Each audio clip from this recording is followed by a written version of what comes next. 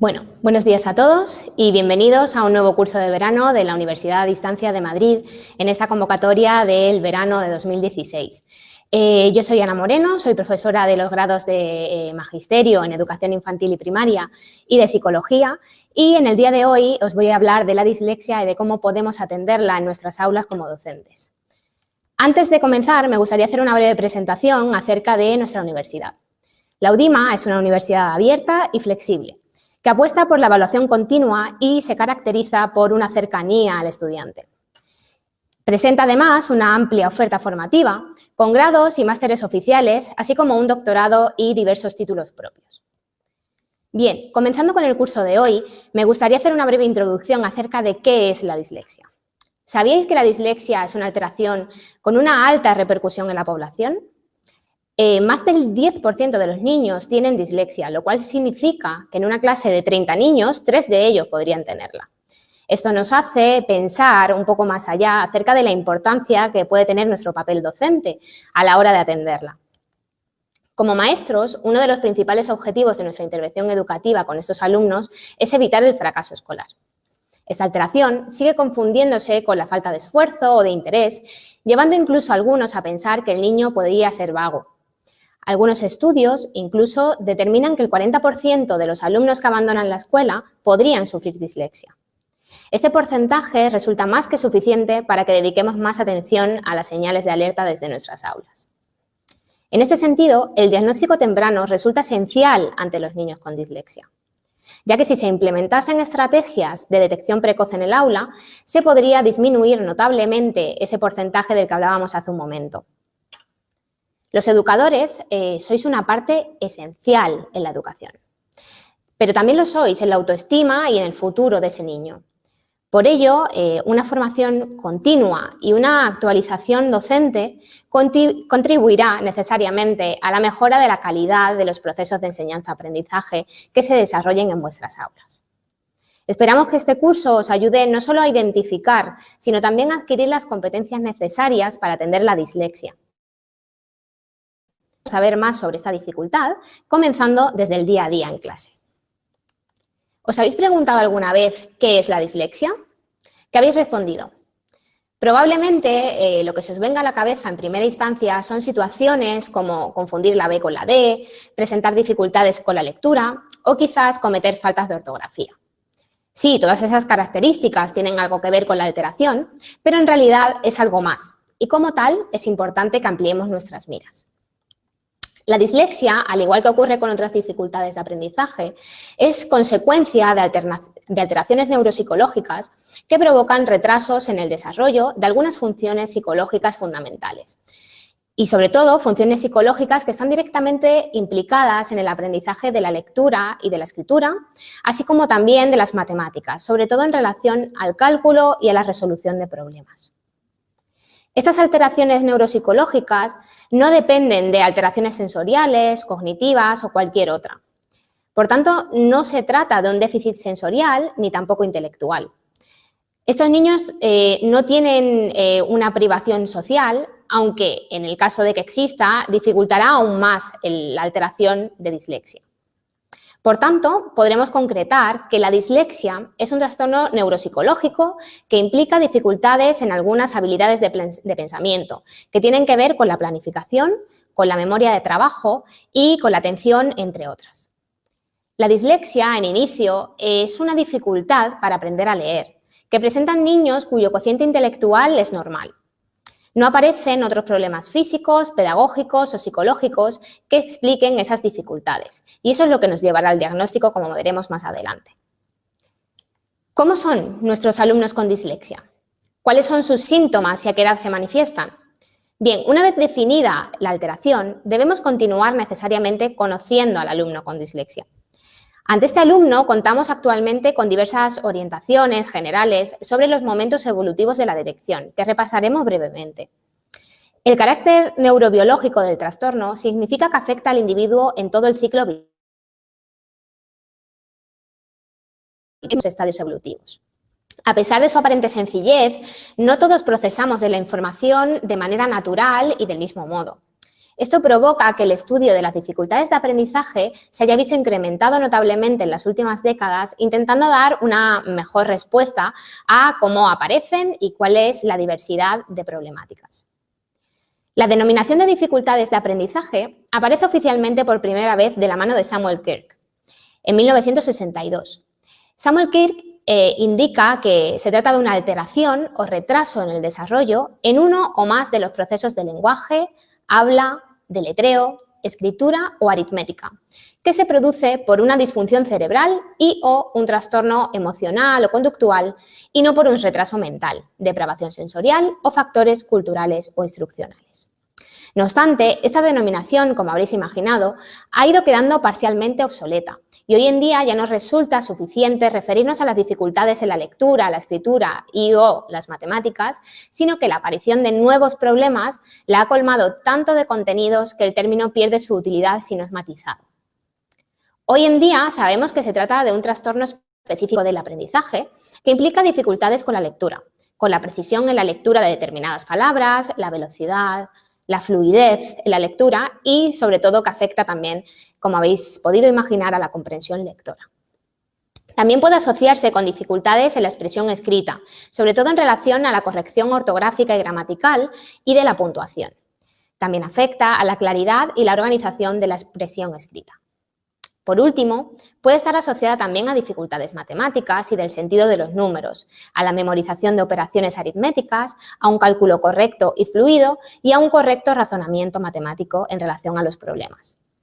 Las dificultades específicas del aprendizaje conforman de esta manera un grupo heterogéneo de trastornos de origen neurobiológico, todos ellos, que hace que aquellos que lo presentan muestren dificultades en la adquisición de habilidades de escucha, de habla, de lectura, de escritura y de cálculo. Los alumnos con dificultades de lectoescritura pueden presentar problemas en cualquiera de los procesos u operaciones de procesamiento de la información. Es decir, pueden presentar dificultades en el reconocimiento o en la escritura de las palabras, o incluso en ambas. Tanto en el uso de la vía fonológica, que es lo que se conocería como dislexia fonológica, como en el uso de la vía léxica, que es la conocida como dislexia de superficie. Pueden también presentar dificultades en la comprensión y o en la redacción. Dependiendo de cuál sea la vía de acceso al significado que se encuentra afectada, hablaremos, por tanto, de uno u otro problema. Las áreas fundamentales de dificultades de aprendizaje son tres, como hemos añadido antes. La lectura, que sería lo conocido comúnmente como dislexias, relacionada con la decodificación de mensajes y de letras, así como de comprensión lectora. La escritura, que sería lo que conocemos como disgrafías, que es todo aquello relacionado con escribir, con trasladar a letras lo que oímos, a la grafía, y también con composición escrita.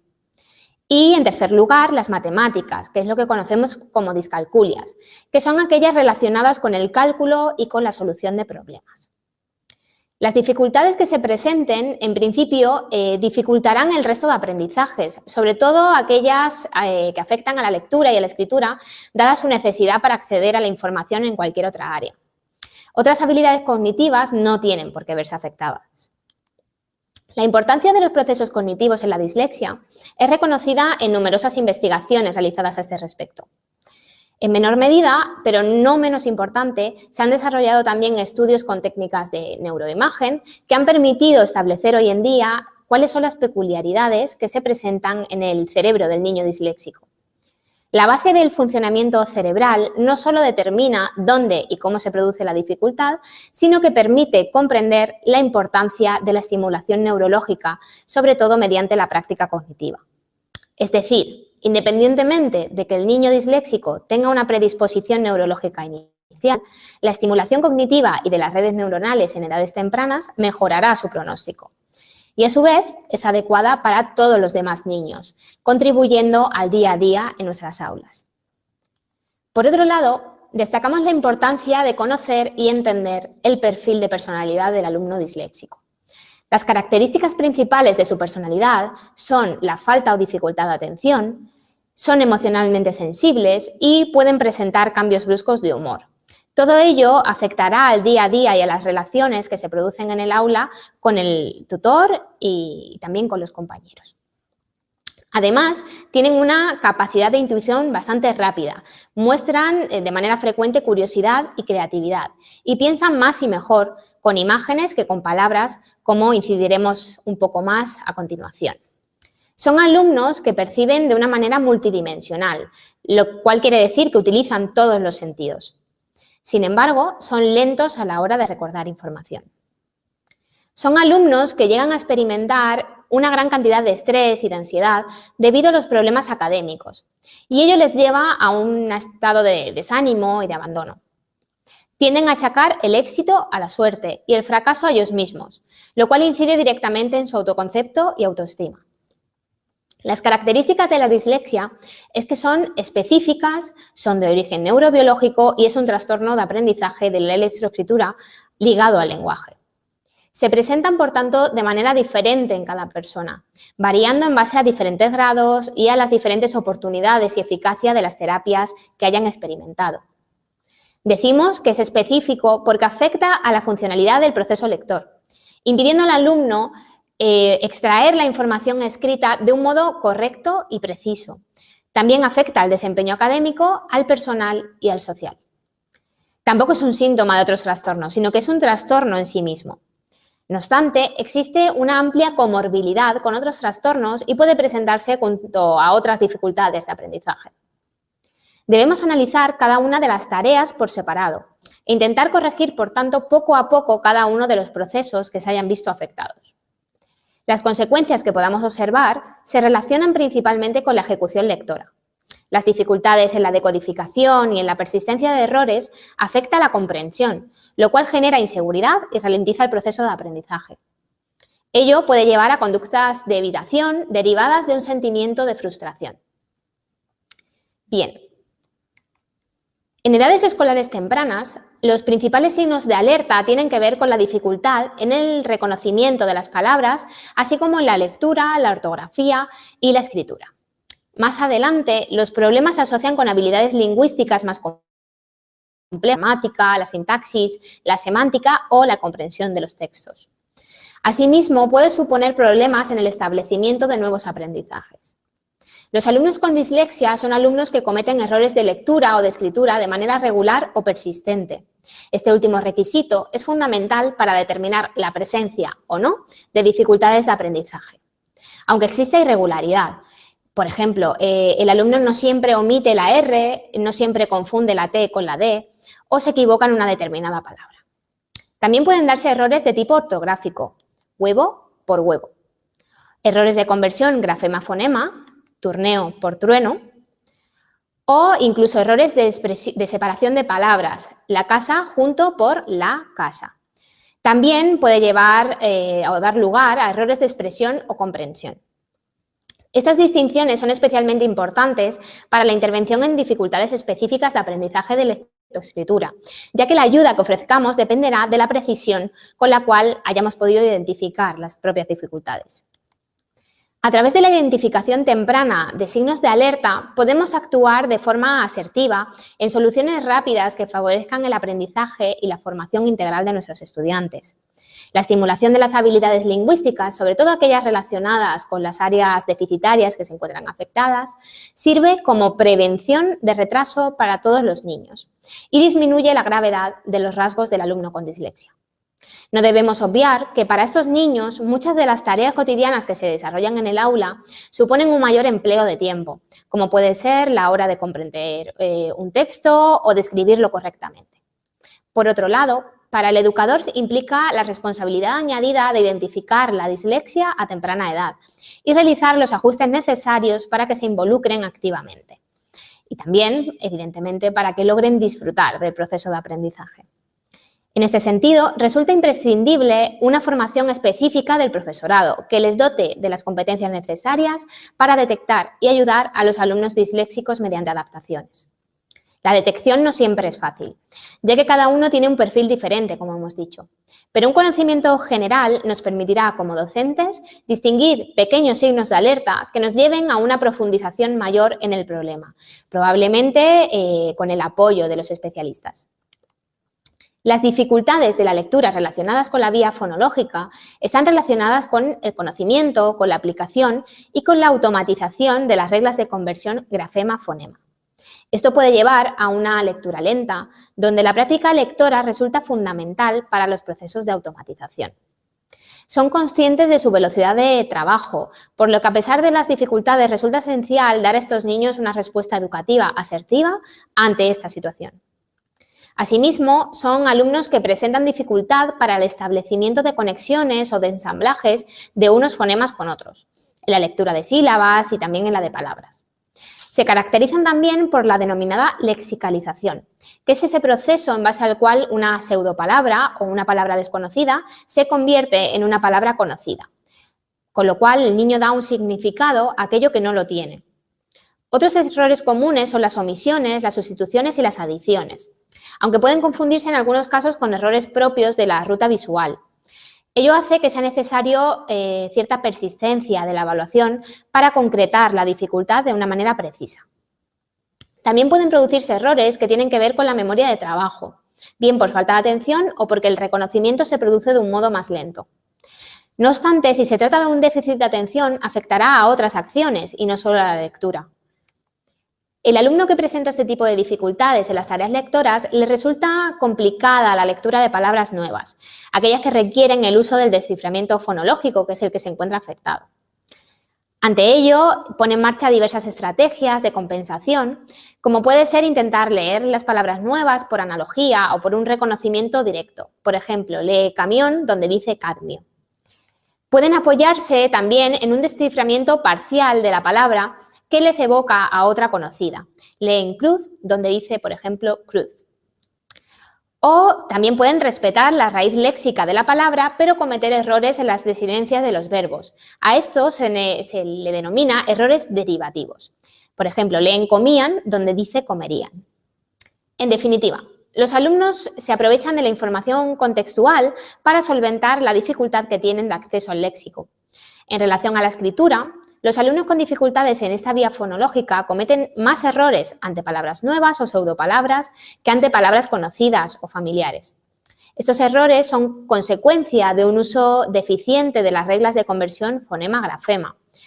Omiten algunas de las correspondencias entre fonemas y grafemas, confunden la correspondencia entre dos sonidos que resultan muy familiares, invierten el orden y también pueden llegar a cometer errores de unión o de separación de palabras, como hemos visto.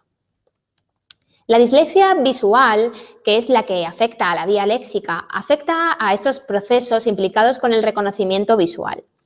Estos procesos son, por ejemplo, la discriminación, el reconocimiento global, que es, dando por asumido de que el alumno no tiene problemas de visión, o bien el reconocimiento del conjunto de letras de una palabra.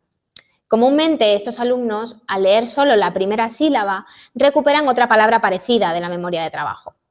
Un fenómeno frecuente es el de regulación, ya que al no poder leer por la ruta visual todas las palabras conocidas, serían leídas letra por letra, independientemente de si ya las ha visto anteriormente. Esto supone un buen reactivo para saber si el alumno puede leer o no, ya que si realiza el mismo proceso con palabras conocidas, indica una dificultad para recuperar la palabra de la memoria de trabajo. El alumno con dificultades en la vía léxica tarda al mismo tiempo en leer palabras potencialmente familiares y no familiares, por ejemplo, mesa y same. Sin embargo, muestran problemas de fluidez, especialmente a través de silabeos, que pueden suponer además problemas de comprensión si la fluidez está muy mermada. Al leer siempre por la ruta fonológica, leen más despacio que aquellos alumnos que utilizan la ruta visual. Leen por la ruta fonológica consumiendo más recursos cognitivos y ello dificulta esos procesos de automatización que resultan tan necesarios. Presentan también problemas de diferenciar el significado de palabras homófonas, por ejemplo, vaca y vaca, hola y hola, o pseudohomófonas, huevo o caballo. Estas palabras suenan igual, ya que debe leer por la ruta fonológica y no lo hace al no poder hacerlo por la ruta visual. De esta manera recuperan el significado de la palabra más frecuente. Presentan también errores al leer palabras irregulares y extranjeras, un problema que, aunque podría ser poco relevante, resulta indicativo de este tipo de dificultades. Este tipo de dificultades son más fáciles de apreciar en los procesos de escritura, ya que implican errores de palabras con ortografía convencional.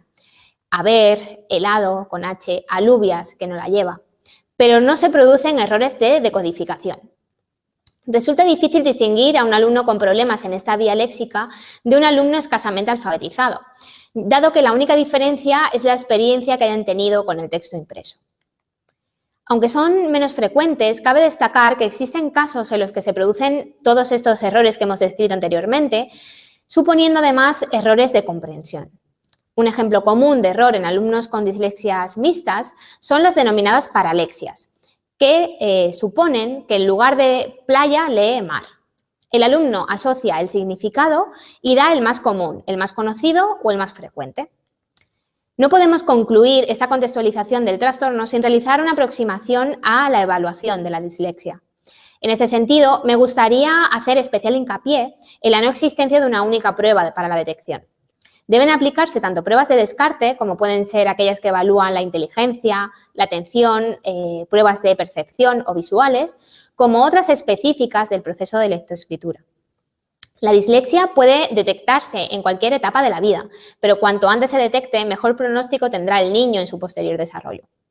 Debemos distinguir claramente entre la detección y el diagnóstico, ya que se refiere a momentos evolutivos diferentes.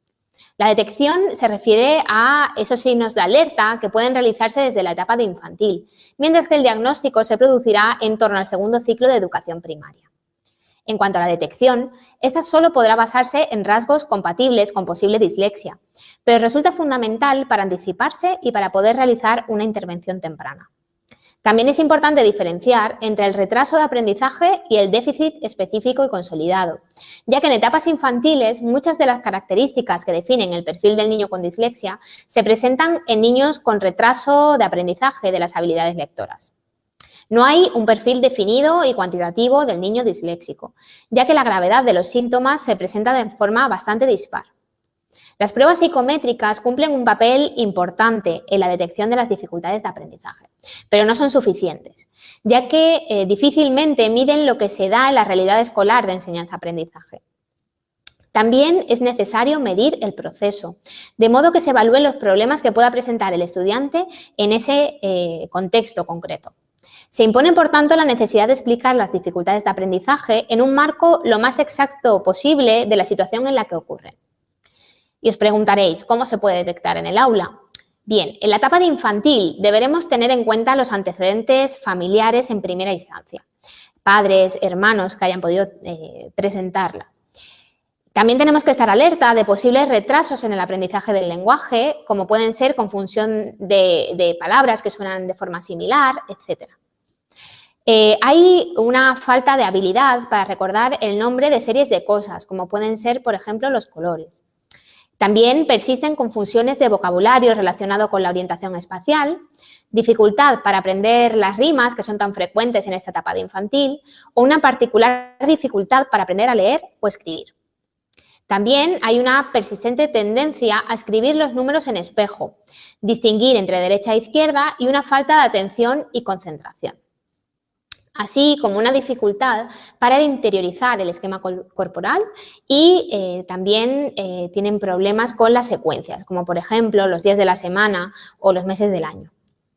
En la etapa de primaria, estos rasgos que en infantil se ven como retrasos con posible mejoría, se pueden tornar en problemas y en preocupaciones. Los síntomas principales que podemos observar en esta etapa pasan por las dificultades para aprender el alfabeto o las tablas de multiplicar y otras series también secuenciadas. Muestran falta de atención y de concentración, presentan una baja autoestima, cierta frustración e impulsividad. Todo ello va ligado a procesos atencionales que son muy cortos y a una evidente falta de planificación. La escritura se presenta con errores de omisiones, de adiciones, alteraciones del orden de las palabras, etc. Muestran desorganización y lentitud en las tareas escolares, tanto aquellas que se realizan en la escuela como las que podrían realizar en casa.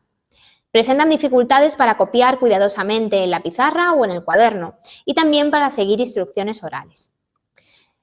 Presentan una gran dificultad para el aprendizaje de lenguas extranjeras, como hemos indicado. Hay una gran diferencia entre su organización personal como niños y su estructura de pensamiento oral y escrito. Ello hace que estos alumnos presenten inconsistencias gramaticales al plasmar lo que piensan de uno u otro modo, ya sea escrito o leído. En lo que se refiere a la lectura, debemos atender a la falta de ritmo en la misma, tanto en silencio como en voz alta, así como aquellos errores que se pueden producir en relación a los signos de puntuación, que conllevan pausas incorrectas o cortes sin sentido. También estos alumnos realizan saltos incorrectos y pierden la continuidad, volviendo a leer la misma línea una y otra vez. En lo que respecta a la escritura, presentan dificultad para expresarse con términos precisos, como pueden ser los tiempos verbales. Se cansan y tienen dificultades para descifrar sus propios escritos. En ocasiones se producen inversiones de letras en espejo, así como adiciones y alteraciones del orden. Mezclan las letras mayúsculas con las minúsculas y realizan agrupaciones y separaciones inadecuadas. Existe una coordinación manual bastante baja en lo que respecta a la grafomotricidad. Todo ello unido a una postura inadecuada y a una tonicidad muscular que también no es la apropiada, tanto por exceso como por defecto, es decir, o aprietan mucho el boli o lo dejan demasiado laxo. Bien, ¿cuál es el papel del profesor y de las familias en todo esto? El papel de la familia, en primer lugar, es una parte fundamental y coordinada de los procedimientos de actuación con niños disléxicos. Los padres no deben asumir en absoluto el papel de terapeutas, pero tampoco deben ser pasivos en este proceso. El día a día en casa, como hemos adelantado en la diapositiva anterior, se ve afectado por las características del alumno con dislexia. Lo primero que debemos tener en cuenta es que se trata de niños que controlan peor el paso del tiempo. Por tanto, deben contar con el tiempo suficiente para desempeñar todas las rutinas y, a ser posible, sin focos de distracción que les retrasen en la consecución del logro. Ya hemos dicho que los periodos atencionales son muy cortos. En ese sentido, resulta de gran ayuda que las diferentes tareas se desempeñen de manera secuencial y que esa secuencia siempre sea de la misma forma y en el mismo orden. La planificación y la organización son esenciales, lo que incluye preparar las cosas que necesitas siempre antes y en el mismo sitio. Los horarios tienen que estar visibles para poder comprobar que llevan todo y ya que les resulta de gran utilidad seguir algún tipo de código, como puede ser un código de colores, por ejemplo, para los cuadernos y el libro correspondiente. Por otro lado, el lazo afectivo no es de menor importancia.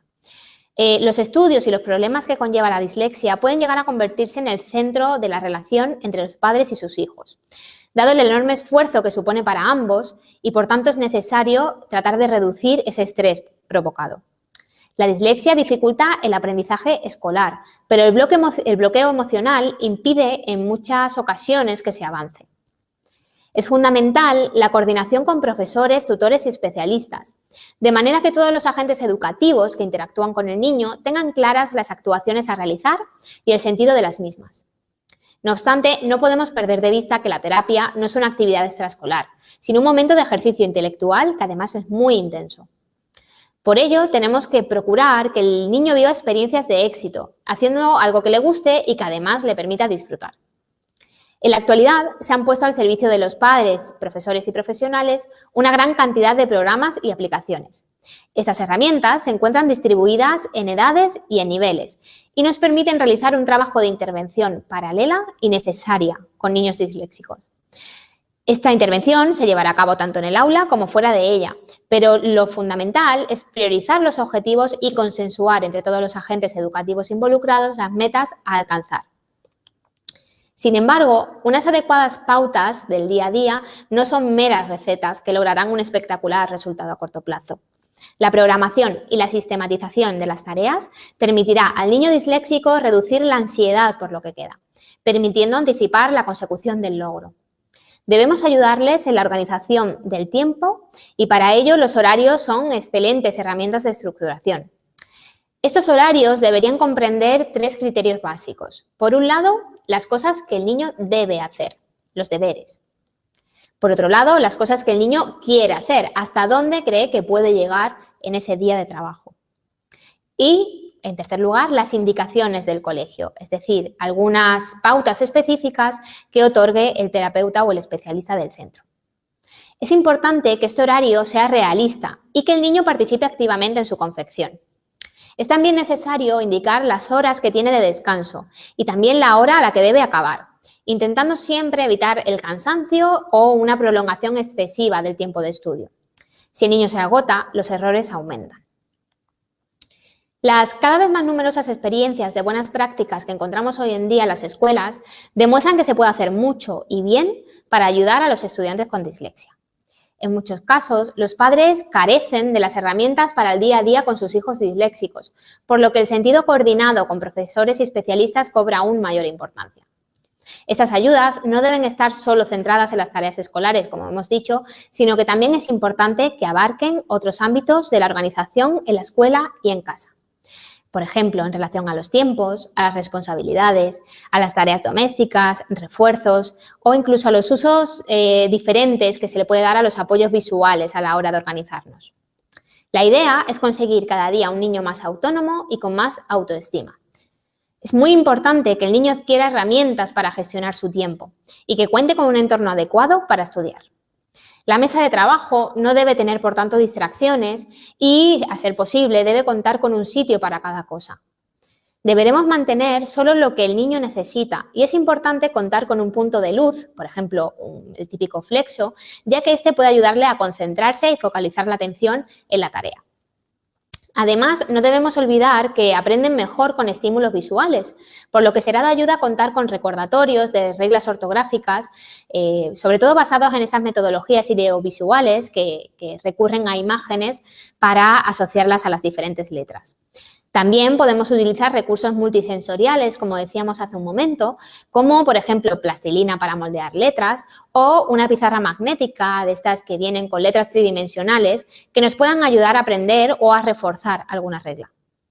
Estrategias como medir los tiempos de atención sostenida nos permitirá establecer el tiempo óptimo de trabajo continuado.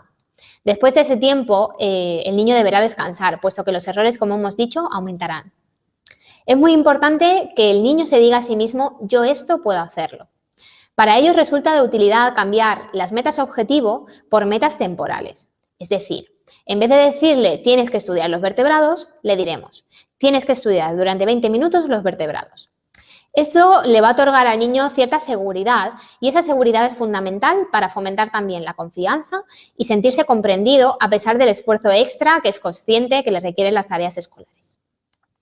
Bien, en ese sentido, resumiendo un poco lo que hemos estado abordando en el curso, existen numerosas tareas que a pesar de su sencillez suponen una gran herramienta de ayuda para el estudiante con dislexia.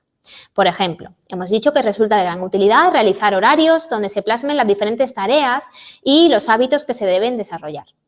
El espacio de trabajo tiene que estar debidamente organizado, de modo que podamos recurrir a los materiales necesarios para cada actividad de un modo ágil y estructurado. Asimismo, apoyar dichas tareas con dibujos o imágenes significativos para el niño, al igual que marcar los cuadernos con rótulos de colores y otras claves visuales, les va a ayudar a identificar con facilidad cuáles son los recursos que necesitan para cada tarea. El desarrollo de actividades lúdicas y cooperativas basadas en la atención, en la memoria o en la concentración por espacios cortos de tiempo le ayudará no solo a estimular estas habilidades, sino también a dotarle de autoestima y motivación ante esos pequeños logros, esos pequeños retos.